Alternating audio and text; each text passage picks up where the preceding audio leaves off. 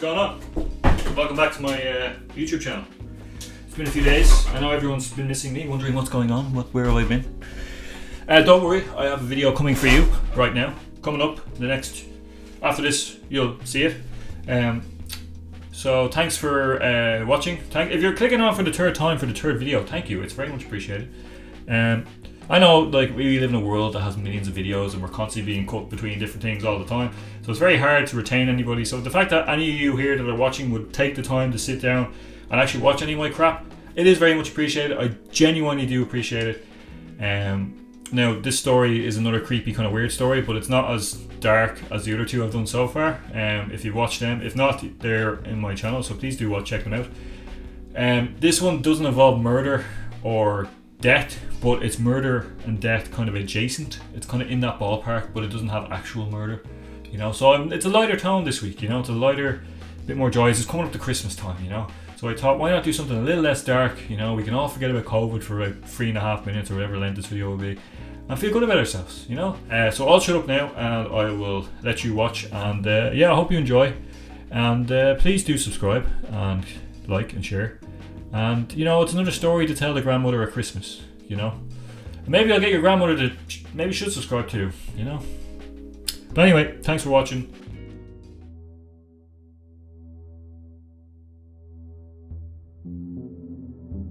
In June 2014, the Broaddus family purchased their dream family home for a hefty $1.3 million. It's a 6-bedroom colonial home that's located at 657 Boulevard in Westfield, New Jersey. It's a very well-known suburban kind of high-end area. They were delighted that they had somewhere safe for their kids, that they could, you know, grow their family and live a peaceful life. Well, that was the idea for them anyway, but unfortunately that would not be the case, because 3 days after purchasing this particular home, before they had even moved in, they would receive their first letter from the watcher.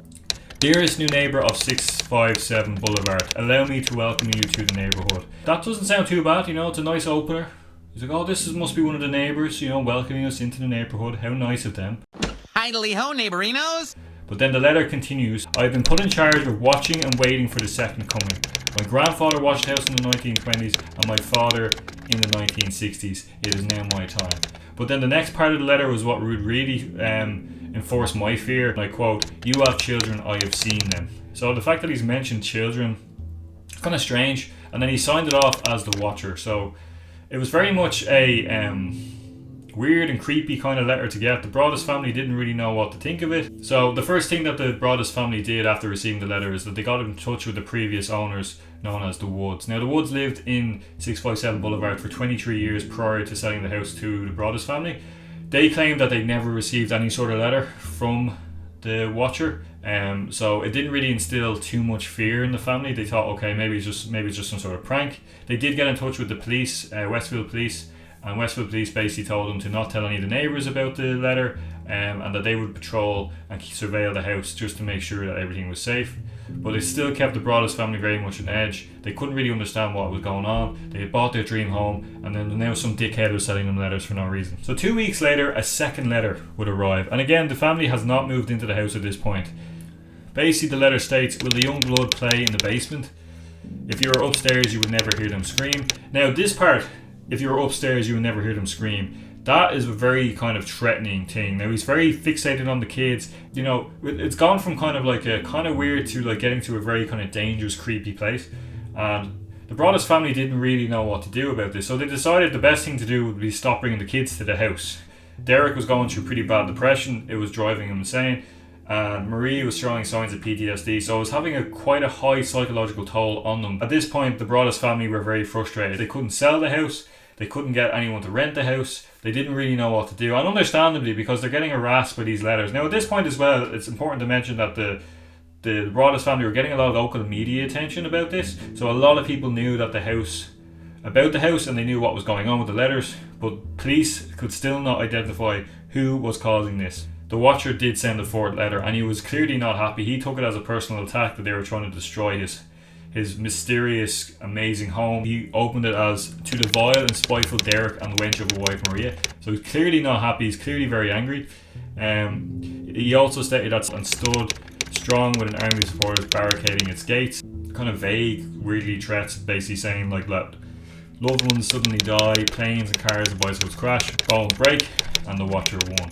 So it turned out that the Woods, because the Watcher admitted this, that the Woods did receive letters, and Derek and Marie tried to sue them, but they was thrown out of court. Basically, the judge stated that you can't prove that they purposely hid anything from them when they were purchasing the house. Now, before they received the fourth letter as well, it's important to mention that they did actually manage to convince a family to move into the house and rent it out. Now, the family did agree to move in, but they were aware of the letters and because of the media attention. So they stated that if they received a letter, they would move out. And within 2 weeks of moving in, the letter would arrive. The police were having a hard time trying to identify who the Watcher was. There was no real physical evidence other than the letters themselves, but there was no fingerprints, there was no return address, obviously. The only thing they knew was that it was someone that identified themselves as the Watcher. But there was some suspects that the police did investigate but were never able to prove. So suspect number one, we refer to as the Gamer. Now, this guy was found by Westfield police while they were surveilling the house late at night. He drove up to the house and sat outside and watched the house for a while and then drove off. The police then were able to track down the owner of the car through the license plate, and he turned out to be the boyfriend of the girl who owned the car. It was kind of a strange coincidence that he had used the name The Watcher. Now, he did agree to be interviewed by police at the time but never showed up, and police had no evidence to hold him or to even talk to him, so they couldn't do anything about it. So it could be just a weird coincidence. He could have been someone that was involved. The evidence isn't really that strong. I would suggest it's more just kind of coincidental. I don't think playing dark themed games, whatever that means, was like a shooter game. I don't think that really fucking makes any difference. So suspect numero dos was Michael Langfield. Now, Michael was actually a neighbour. He lived next door to the Broaddus family with his 90-year-old mother. Now, the family had moved into that house in the around the 1960s, and he was known in the neighbourhood for creeping and looking through windows and watching people. So the police did interview him, but again, he denied any involvement. There was no evidence against him, besides the fact that he was clearly a weirdo and a creep. But the fact that he lived next door, and also the fact that he lived in the house his family lived in the house during the time period that the Watcher came to live there, and the fact that he also liked to watch people and look into people's windows, which is fucking weird. But again, no real physical evidence, all coincidental. You can put the hammer down and say he was a fucking creep, but you can't definitively say that he was the Watcher. So that moves me on to suspect number 3, the Broaddus family themselves. So why did people think the Broaddus family were involved with this? Well, some people believe that because they got refinanced on the mortgage to be able to purchase the $1.3 million home, that they had buyer's remorse and they didn't really want to have the house anymore, and they were trying to find a way to get rid of it. They also were trying to sell the story to Netflix, and Lifetime actually did make a film out of the story, to which the Broaddus family did sue them, but it was thrown out of court because they didn't have any rights to the actual story. Now, the only thing that goes against that really is the fact the amount of psychological trauma that both Derek and Marie were going through. Derek had depression, Marie also was dealing with PTSD, so it doesn't really coincide with that particular theory. As of July 2019, the house was actually finally purchased for around $950,000 at a loss to the Broaddus family. I think at this point they were just glad to get rid of it. There is a show actually in development with Netflix being created by Ryan Murphy, who you might know from American Horror Story. So thanks so much for watching, guys. It really is very much appreciated when people do take the time to watch these videos. It does require a lot of effort on my part, and I do enjoy making them, but it does mean a lot that people like and share and watch them. And if you do like the content, I would appreciate anyone subscribing. It does really mean a lot. I put a lot of my self-worth onto the viewership my channel gets now.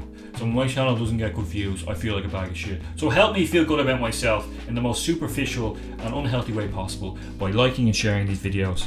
So that way I can sleep at night knowing that at least I've made it with a very small YouTube channel. Thanks for watching, and I will see you in the next video soon.